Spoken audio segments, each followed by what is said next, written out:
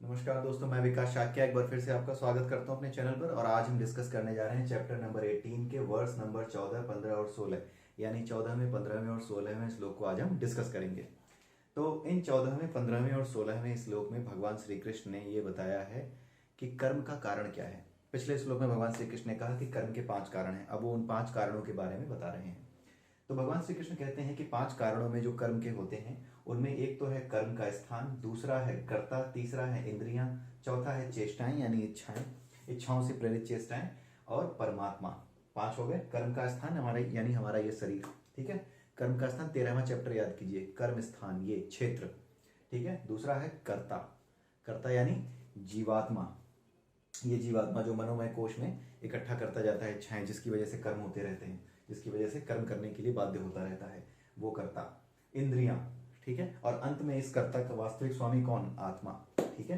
तो आत्मा क्या है? वो आपके कर्मों के हर एक कर्म का साक्षी है। आप उस तक नहीं आ पा रहे हो, वो आपके सारे कर्म देख रहा है, ठीक है।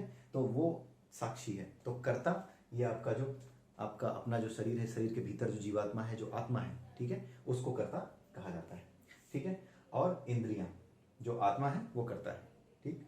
इंद्रियां, इंद्रियां ये जो जीभ है, ये जो तरह तरह की आंखें, ये हमारी जो तरह तरह की इंद्रियां हैं, हाथ हैं, आंखें हैं, कान हैं, इनसे तरह तरह के हम काम करते हैं। और परमात्मा, परमात्मा क्यों? क्योंकि परमात्मा ने ही अपरा प्रकृति बनाई है, ये पूरी मशीनरी उन्हीं की है। तो उन्होंने ये बनाया है, इसीलिए वास्तविक कारण भी वही है। हर घटना का, हर कर्म का वास्तविक कारण भी वही है। तो कर्म का स्थान यानी ये शरीर, कर्ता यानी ये आत्मा, और उसके बाद हमारा इंद्रियां, चेष्टाएं, हमारी इच्छाएं, ठीक है, और परमात्मा, ये 5 कर्म के कारण हैं, ठीक है। परमात्मा कारण क्यों है? क्योंकि उसी ने ये चीजें बनाई हैं। जब आप इच्छाओं के बीज बोते हो अपने मनोमय कोश में, तो जब आपका शरीर खत्म हो जाता है, जब अगला शरीर मिलता है, तो जैसी इच्छाएं थी वो इनर मोटिवेशन का काम करती हैं, ठीक है। वही इनर मोटिवेशन का काम करती हैं, ठीक है। अगर कोई चीज़ अंदर सड़ रही हो, उसमें कोई वायरस लग गया हो, कोई कीटाणु लग गया हो, फंगस लग गया हो, तो वो चीज़ बाहर से कितनी भी सुंदर दिखे, लेकिन अंदर से वो क्या है, धीरे धीरे उस फंगस की वजह से नष्ट हो रही होगी। एक दिन ऊपर सामने आ जाएगा सच कि उसके साथ क्या हो रहा था, ये बर्बाद हो रही थी, ये चीज़ खत्म हो रही थी, वो सामने आ जाएगा। तो ये क्या है? जैसे वो वायरस है, उसके लिए वो अंतः प्रेरणा है, उसके नष्ट होने की अंतः प्रेरणा, यानी अंतर रूप अंदर से जो फफूंदी लगी थी वो उसके बर्बाद होने का कारण थी। ठीक उसी तरीके से हमारी जो इच्छाएं हैं वो हमें लगातार नीचे गिराने का या फिर इस संसार में फंसे रहने का कारण होती हैं, वही अंतः प्रेरणा होती है, ठीक है। तो परमात्मा ने ये मशीनरी बनाई है, और इस मशीनरी में ये जो मनोमय कोश बनाया है, वो जैसे काम करती है, जहां से अंतः प्रेरणा मिलती है, वो भी ईश्वर की ही बनाई हुई है। इसलिए ईश्वर ने ही जब इन चीज़ों को बनाया है, तो ईश्वर ही इन चीज़ों का कारण है। इन कर्मों का, इस मोटिवेशन का भी कारण वही है, ठीक है। कारण होने की वजह से वो वास्तविक कर्ता हो जाता है, करने वाला भी वही हो गया। अगर कारण मैं हूं किसी काम को होने का, तो करने वाला ही वही हो गया, मैं ही हो गया, ठीक है। तो कर्म का स्थान, कर्ता, इंद्रियां, चेष्टाएं और परमात्मा, ये कर्म का कारण है, ठीक है।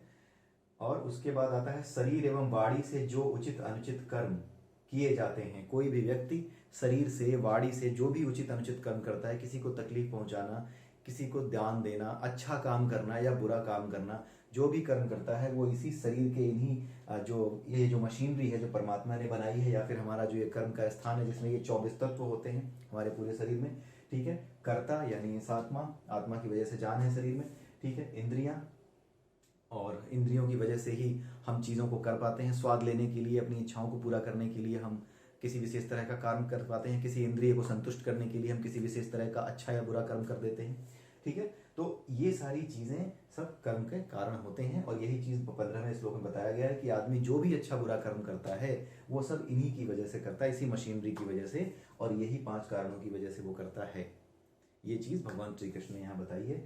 और 16वां श्लोक ये और भी सिंपल सा है। वो ये कहते हैं भगवान श्री कृष्ण कि जो इस चीज को नहीं जानते हुए ये समझता है कि मैं ही, अपने पूरे शरीर को भी नहीं जानता, बस यही समझता है कि मैं, पता नहीं कौन सा मैं, अपने अहंकार को ही जो सब कुछ समझता है कि मैं ही करने वाला हूँ, मैं ही सब कुछ करता हूँ, मैं ही सब कुछ भोगता हूँ, ठीक है, मैंने ही सब कुछ किया है, जिसके अंदर मैं है, वो वास्तविक रूप में ये नहीं जानता, इस चीज को नहीं जानता। और ऐसा आदमी मूर्ख होता है, उसको बुद्धिमान नहीं कहा गया है। ऐसे आदमी को मूर्ख कहा गया है जो ऐसा समझता है कि उसी वही सब कुछ कर रहा है, ठीक है।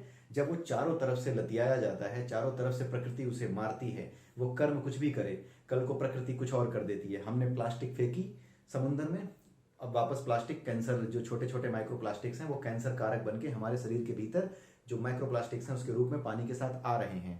ठीक है, करने को तो हम बहुत बड़ी तरक्की कर रहे थे, क्या कर रहे थे, वापस आ गया ना।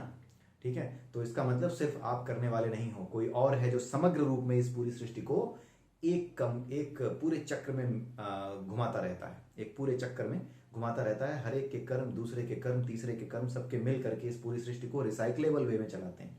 आप सोच के देखिए, जो चीज़ें हम देखना नहीं चाहते उन चीज़ों को सूअर खाता है। ठीक है, जो हमारे लिए विष्टा है वो सूअर का भोजन है। तो कहीं ना कहीं ये पूरी सृष्टि चलाने के लिए पूरा एक साइकिल बनाया है बनाने वाले ने, ताकि ये सृष्टि अपने आप को रिसाइकल करती रहे, अपने आप। पूरा एक परफेक्ट सिस्टम है। इसलिए जो व्यक्ति ये समझता है कि इस दुनिया को चलाने वाला कोई नहीं है, उसे दोबारा अपनी मानसिकता पर विचार करना चाहिए कि इतना परफेक्ट सिस्टम अपने आप नहीं चल सकता। जब इस संसार में हर घटना के पीछे, हर सिस्टम के पीछे एक लॉजिक है, कोई कारण है, तो इस पूरी सृष्टि के पीछे भी एक कारण है। इस बात को समझ लेना ही बुद्धिमानी है, बाकी आपकी मर्जी है। ठीक है, तो ये तीनों श्लोक मैंने एक साथ कवर किए क्योंकि तीनों लॉजिकली कनेक्टेड थे और इसीलिए मैंने इनको एक साथ कवर कर दिया है। अगले वीडियो में हम फिर मिलेंगे नए श्लोकों के साथ। तब तक के लिए नमस्कार।